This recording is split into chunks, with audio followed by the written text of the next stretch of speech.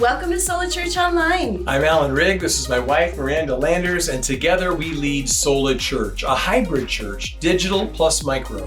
And if you're wondering what is digital church, well, you are here right now with us having digital church. We put a new service up every Sunday at 10 a.m. Pacific time on our Church Online platform.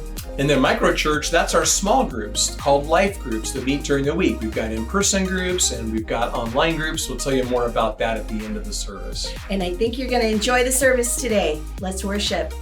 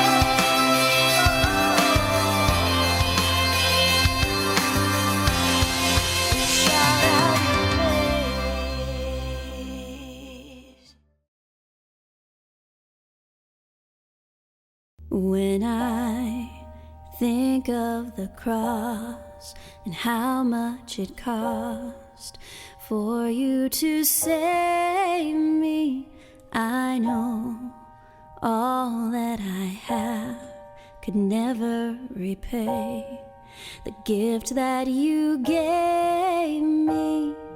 But you held out your hand, you welcomed me in, and that's how you showed me you are faithful, so faithful.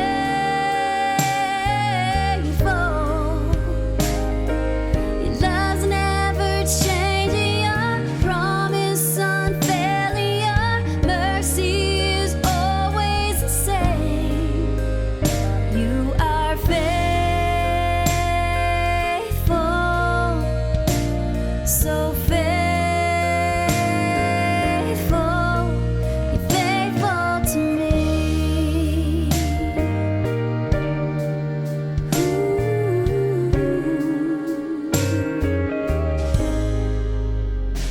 When I look at myself, ashamed of my sin, weak and imperfect,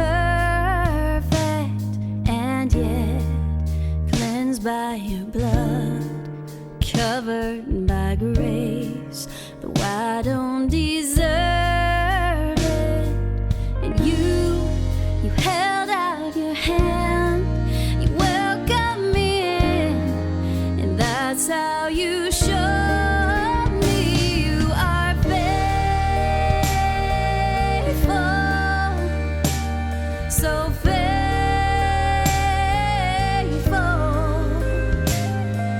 Your love's never changing, your promise unfailing, your mercy is always the same. You are faithful,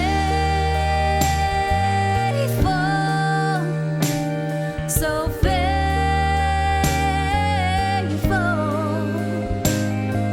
Your love's never changing, your promise unfailing, your blood covers all of my shame. You are faithful, so faithful. You're faithful to me.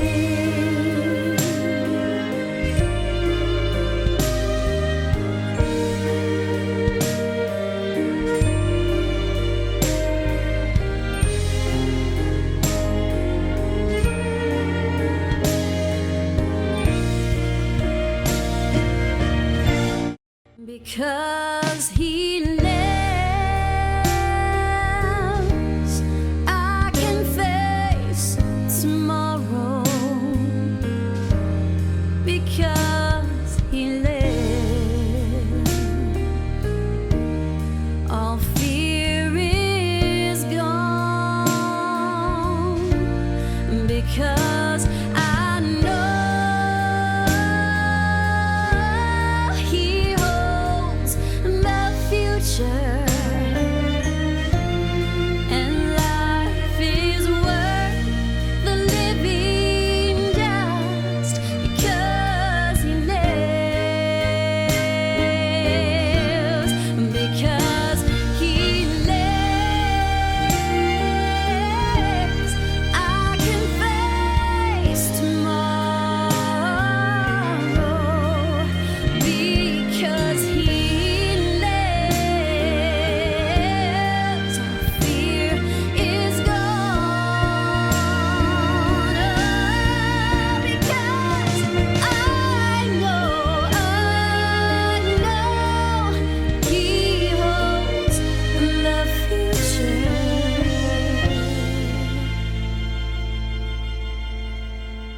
and life is worth the living just because he lives. And life is worth the living just because he lives.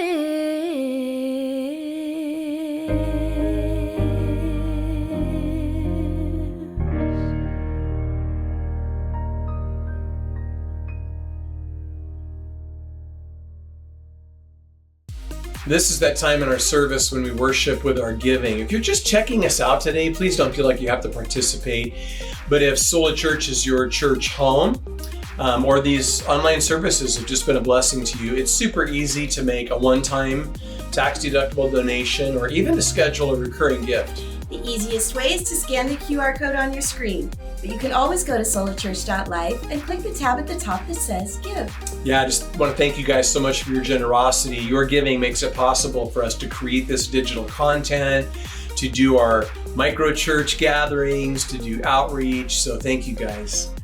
Let's get into our time of teaching.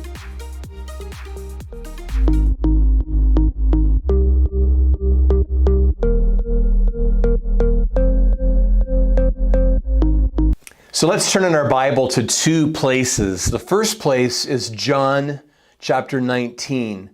If you'll save that spot with something, your finger, a business card, whatever's handy, then turn to Luke chapter 23. So no doubt many of you are familiar with Twitter. And if you're on Twitter, I would love it if you would go to @SolaChurchLA and give us a follow. But you know, there are something like 500 million tweets that go out every single day. About 80% of those from people's mobile phones. And sometimes people live tweet an event. Like they might be at an event, and so as things are happening, they're using the hashtag live tweet, you know, and they're telling everybody what's going on.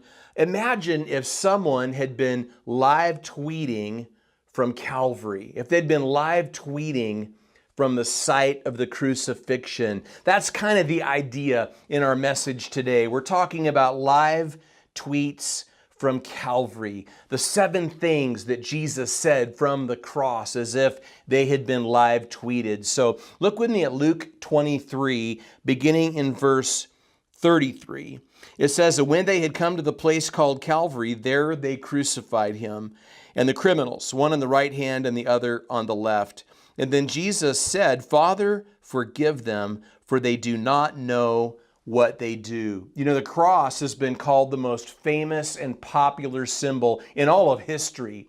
We see it in art, both religious and sacrilegious. We see it in body art. You should Google sometime celebrities with cross tattoos. You'll be amazed at how many come up and at who comes up.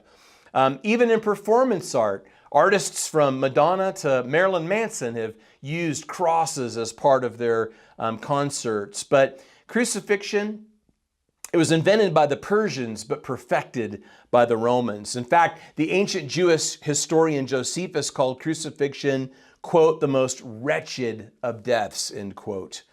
In fact, in the 4th century, it was abolished throughout the Roman Empire by the Emperor Constantine. C.S. Lewis wrote that the crucifixion did not become a frequent motive of Christian art until the generations which had seen real crucifixions were all dead. And so they brought Jesus to the place called Calvary, as it says in verse 33. Calvary actually means a skull. So that's kind of cool. Like our sending church, Calvary Chapel, Costa Mesa, is really Skull Chapel, Costa Mesa. How cool is that? Think of how many cities have a First Baptist church in that city. And then think of how many cities have a Calvary Baptist church in that city. How cool would that be? Where do you go to church? Skull Baptist. I love it. Well, in verse 33, it says, "There they crucified him." So his hands were nailed through the wrists to a horizontal beam, and then that beam was hoisted and attached to a vertical beam, likely dislocating the shoulders of the victim. Then the feet would be nailed through the heels to the vertical beam. This whole experience was so unspeakably awful that they actually invented a new word to describe it. The word excruciating actually literally means out of the cross. These crucifixions were nothing like the secretive executions carried out today. They wanted to make an example of someone. They wanted to send a message. And so victims were suspended between heaven and earth, not unlike a scarecrow. And though when we depict the crucifixion of Jesus, we depict him wearing a loincloth, it's likely that he was in fact naked.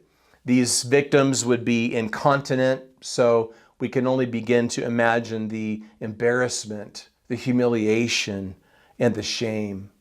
And with that, if we were there in the first century and if someone were live tweeting from the scene, we would have a notification. The first tweet would come in and it would tell us that Jesus had spoken and said, "Father, forgive them, for they do not know what they do." You see those words there in verse 33. Now, clearly this was a prayer. So of the 7 tweets, the 7 times that Jesus spoke from the cross, 3 of them, the first, middle, and last, were prayers. It's worth noting that Jesus didn't pray for himself. He didn't even pray for family members or friends who were present, but he prayed for his enemies, including the soldiers who had just crucified him. And he didn't pray forget them or even get them, but he prayed forgive them. In fact, he said that they did not know what they were doing in verse 34. What didn't they know? Well, they didn't understand the enormity of what they were doing. This was not just a homicide, it was deicide. Jesus was not just a man or even just a good man, but the God-man. He was God with skin. Paul says in 1 Corinthians 2 verse 8, had they known, they would not have crucified the Lord of glory. How amazing is it that Jesus prays what he does for them? We are those who cut each other no slack, and here's Jesus cutting so much slack. This teaches us about forgiveness, doesn't it? It teaches us that anyone can forgive and that anything can be forgiven. Anyone can forgive? Well, sometimes we say, I can't forgive. I was innocent. Well, no one was as innocent as Jesus. Anything can be forgiven. Sometimes we say, well, I can't forgive that, they're totally guilty, but no one was ever as guilty as those for whom Jesus prayed. And so continuing on, picking it up right where we left off, in verse 34 it says, and they divided his garments and cast lots, and the people stood looking on. But even the rulers with them sneered, saying, he saved others. Let him save himself if he is the Christ, the chosen of God. The soldiers also mocked him, coming and offering him sour wine and saying, if you are the king of the Jews, save yourself. And an inscription also was written over him in letters of Greek, Latin, and Hebrew, this is the king of the Jews. Then one of the criminals who were hanged blasphemed him, saying, if you are the Christ, save yourself and us. But the other answering rebuked him, saying, do you not even fear God, seeing you are under the same condemnation? And we indeed justly, for we receive the due reward of our deeds, but this man has done nothing wrong. Then he said to Jesus, Lord, remember me when you come into your kingdom. And Jesus said to him, assuredly I say to you, today you will be with me in paradise. And so they rolled dice for Jesus' personal belongings, and then the verbal abuse began. It tells us in verse 35 that the rulers sneered. In verse 36 that the soldiers mocked. And in verse 39 that the criminals blasphemed. And so I want to talk about how Jesus actually died on another man's cross. In verse 33, we see that there was a criminal on either side of him, but all the way back in verse 18, we see that another criminal was released. That was Barabbas. And so Jesus almost certainly took the place of Barabbas, but more importantly, Jesus took the place of each and every one of us. He was probably literally hanging on Barabbas's cross, and these criminals on either side of him were almost certainly Barabbas's partners in crime. Jesus was called the friend of sinners in a couple different places in the Gospels. That's a good thing if that's how you see yourself. If you realize that nobody's perfect, that you're not perfect, that you need to be forgiven. So as in life, so in death, Jesus was the friend of sinners. Now, Matthew and Mark tell us that both criminals blasphemed Jesus, but in verse 39, here in Luke, it tells us that one blasphemed. Is that a contradiction in the Bible? Actually, no, it's a conversion. And so once again, we've got a notification on our phones. The second live tweet is coming from the scene. It's coming from Calvary. And we're learning that Jesus said, "Assuredly, I say to you, today you will be with me in paradise," verse 43. So if this was a conversion, how did it happen and when? Well, we read moments ago about the sign over Jesus' head. It was recorded in 3 languages, Greek for philosophy, Latin for law, and Hebrew for religion. What Jesus did on the cross, he did for the whole world. It's funny because it said that he was the King of the Jews on the sign, but, well, he looked like anything but a king at this moment. But this criminal who converted, he believed it. And when he heard the prayer on Jesus' lips, "Forgive them," he received it. It's so amazing to me that there were 2 men. One trusted and was saved. The other didn't and was lost. There's a lot of people that are like, "I'll get religion when I get old." For them, this criminal is basically the patron saint for play now, pray later. But it's important to remember that this man didn't wait for his last opportunity to follow Christ. He took advantage of his first. And so as we continue, save your place here in Luke because we're going to come back to it. But turn over to your place in John. We're going to continue in John chapter 19 in verse 26, where it says, "When Jesus therefore saw his mother and the disciple whom he loved standing by, he said to his mother, 'Woman, behold your son.' And then he said to the disciple, 'Behold your mother.' And from that hour, that disciple took her to his own home." So in addition to Jesus' enemies who were at the cross, well, there were family members, his mom and aunt, and there were friends, including John, also known as the disciple whom Jesus loved. That is so rock star. Like I think about Marshall Mathers, whose stage name is Eminem, whose alter ego is Slim Shady. I mean, John was like that. In the Gospel of John, he's the disciple whom Jesus loved. In 1st, 2nd, and 3rd John, he's known as the elder. And then in the book of Revelation, he's just John. In heaven, who knows? Who knows what he's come up with?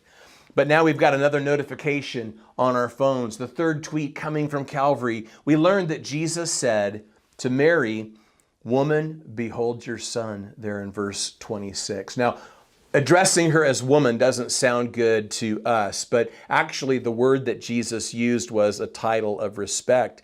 And when he said, "Behold your son," he wasn't referring to himself. He was referring to John. John was to take Jesus' place as Mary's earthly caregiver. In some sense, Calvary was a place of reward for Mary. Don't get me wrong. It was a place of excruciating pain for Mary. A different kind of pain, perhaps, than the pain that Jesus was experiencing, but a place of pain nonetheless. But it was also, in some sense, a place of reward. Mary had been a wonderful mother, and Jesus rewarded her by making sure that her needs would be met. But this 3rd live tweet tells us, too, that Jesus spoke to John and said, "Behold your mother," in verse 27. So if for Mary, the cross was a place of reward, for John it was a place of responsibility. Why didn't Jesus entrust the care of his mother to Joseph or to his brothers? Well, it's believed that by this time Mary was a widow. Joseph had passed. And Jesus' brothers, well, they didn't believe in him. And the fact that they would come to believe in him afterward is one of many evidences for the resurrection of Jesus. But this responsibility was given to John. And so the cross, well, it's a place of responsibility for all of us. It's a reminder that we're all to live for him and to look after others. And so turning back to our place in Luke, we want to pick it up in verse 44. It says, "Now it was about the 6th hour, and there was darkness over all the earth until the 9th hour." And so at this point, we have 3 hours of darkness. And so our phones go off. We've got another notification. The 4th tweet, we learned that at this point, Jesus said, my God, why have you forsaken me? Now, we actually read those words in Matthew and in Mark. But when Jesus prayed that prayer, he was quoting from the Old Testament. He was quoting from Psalm 22, verse 1. It's interesting that this is the only time Jesus asks God the Father a question, but clearly Jesus at this moment was feeling abandoned. He was feeling forsaken. What was actually happening here in the darkness, both literally and metaphorically?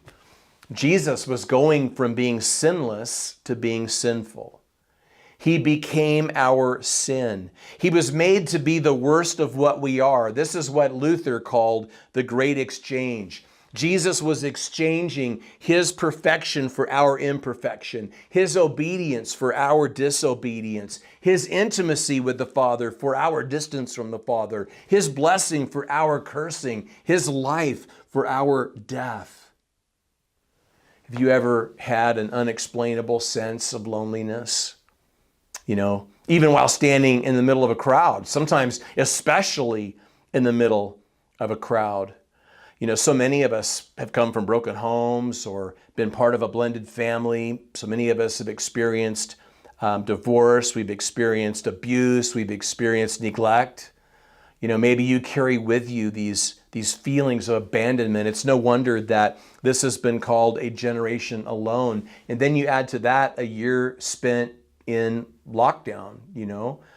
Some of you maybe not as impacted as those of us living in Southern California, but for a lot of us, we have family members that we may not have seen for a year or more because of this. And so we're dealing with these feelings. But Jesus felt that.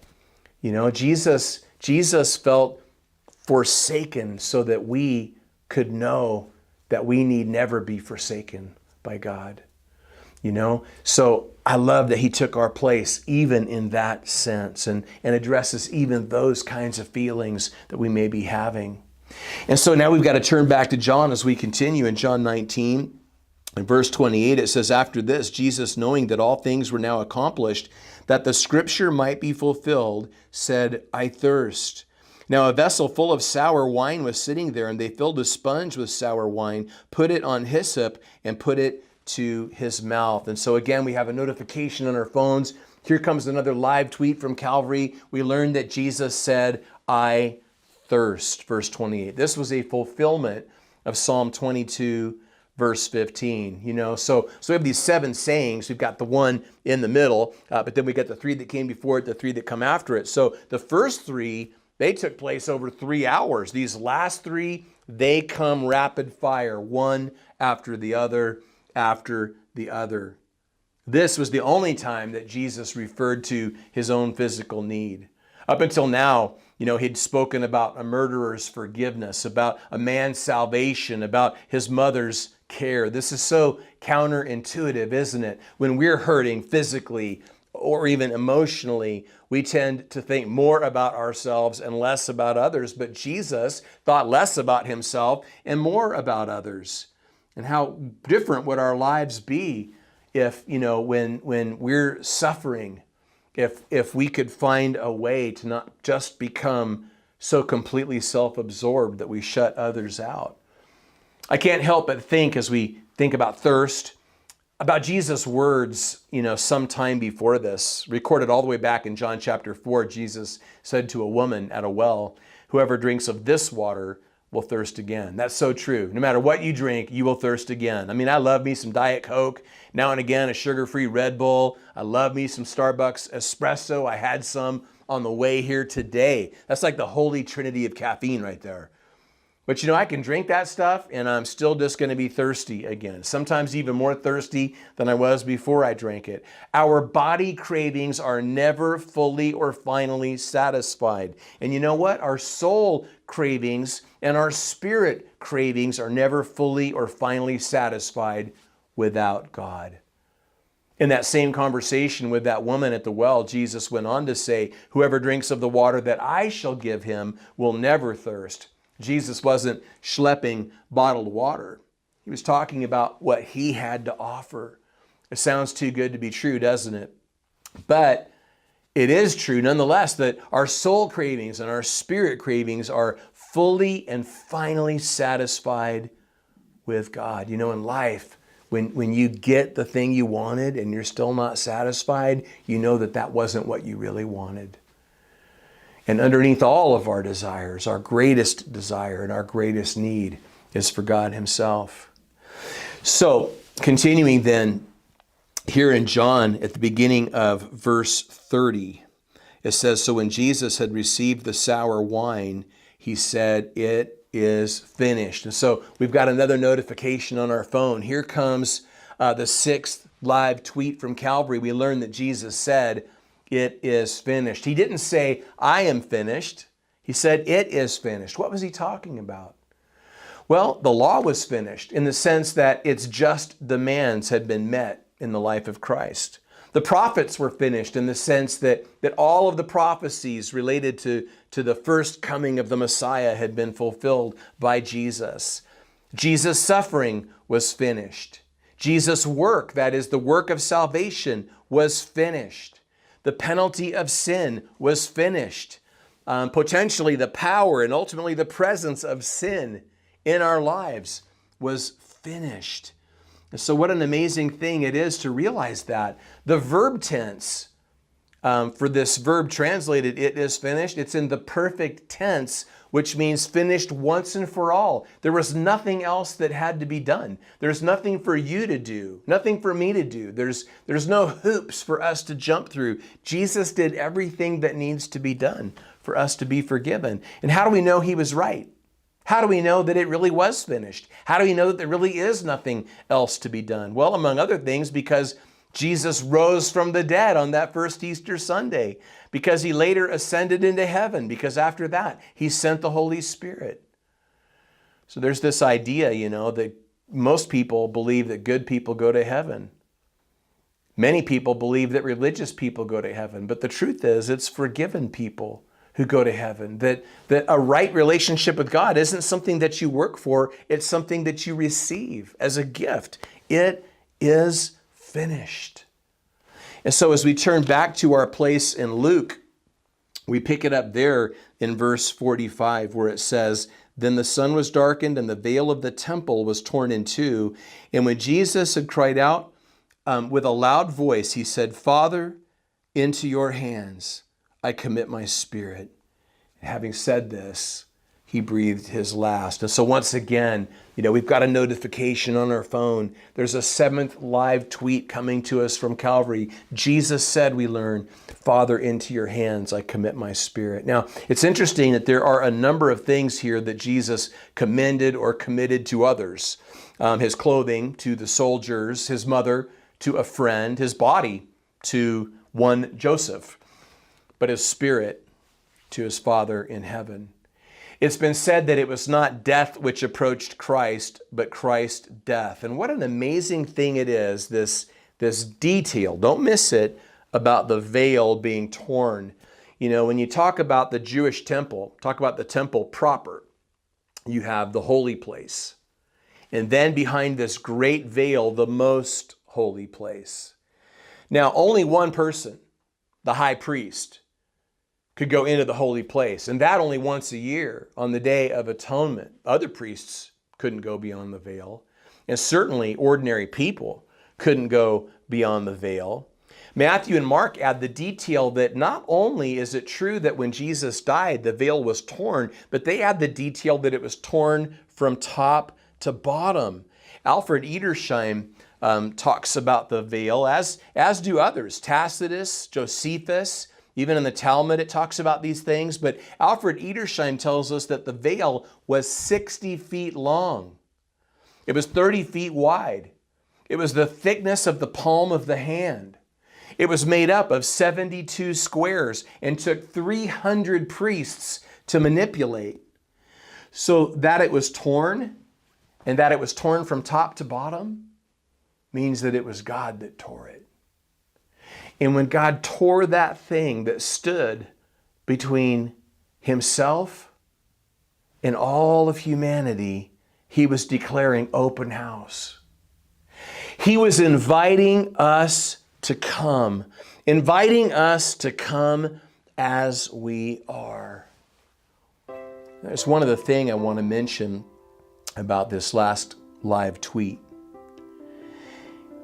Jesus said, "Father, into your hands I commit my spirit." This was actually a bedtime prayer. Jewish children were taught from an early age to pray this prayer before they went to sleep. With that in mind, it's not unlike bedtime prayers that we learned as children. Jesus, when the moment came for him to release his spirit, when the moment came for him to pass, Jesus essentially said, "Now I lay me down to sleep. I pray the Lord my soul to keep. If I should die before I wake, I pray the Lord my soul to take." And with that, John tells us, he breathed his last. Now, this isn't the end of the story for Jesus. We've talked more about Good Friday than we have about Easter, haven't we? But on that first Easter Sunday morning, Jesus rose from the dead. He conquered sin and death. He was victorious. This wasn't the end for him. And Easter is a reminder that no matter what is going on in our lives, it's not the end for us either. So many of you know bits and pieces of our stories. How Miranda and I, we both went through divorces more than a decade ago now that our lives just completely fell apart. And, in my own case, as I reflect on, losing my marriage and my ministry and all of my material things and the struggle that followed, there was a period of time where I just lost my way, a period of time where it was so hard for me to find a way forward, a period of time where it was so much easier to just post up at the sports bar and numb myself than it was to grieve the loss of almost everything, and in many cases, everyone I'd known. And I remember as God began doing a new thing in my life, I remember, I hadn't been attending any particular church consistently, and an Easter Sunday, several years back now, where I attended an Easter service with a friend, and as I sat in this arena filled with thousands of people, singing these worship songs, it just hit me like a wave. The words to the song just pierced my heart, and I just broke. I just began to weep. Man, it was so hard. I just could not maintain my composure. I was struggling, didn't want my friend to see me crying, but I was just so emotional. And in fact, it would be months before I could sit through a church service, through the worship in particular, without just weeping. But it was like for the first time, I dared to let myself feel a little bit of that grief, a little bit of that hurt, a little bit of that pain. And it was overwhelming. That Easter Sunday was a reminder for me that it wasn't over for me. I hope that this Easter Sunday will be a reminder for you that it isn't over for you. For some of you, this might be the greatest time in your whole life. But for others of you, it's been a very difficult year. And for some of you, this may be one of the hardest, one of the darkest times in your whole life. And I just want you to know it's not over for you. Maybe you're out there today watching this service and you haven't really even taken that first step of trusting Jesus to forgive you and to lead you. When he died on that cross, he died for you. And we want to give you an opportunity to not only celebrate what he did in dying for you and in rising again, but to open your heart to him today in a new way. He became the unforgiven that we might become the forgiven. Let's pray together right now. Father, I'm so thankful for you sending your son and for what he did for us on the cross, and so thankful that he rose from the dead, that he's alive, that he's seated there at your right hand in heaven. And Lord, right now I'm just thinking about people who may feel like I felt on that Easter Sunday some years ago. Maybe they've just been stuffing all of the hurt in their life.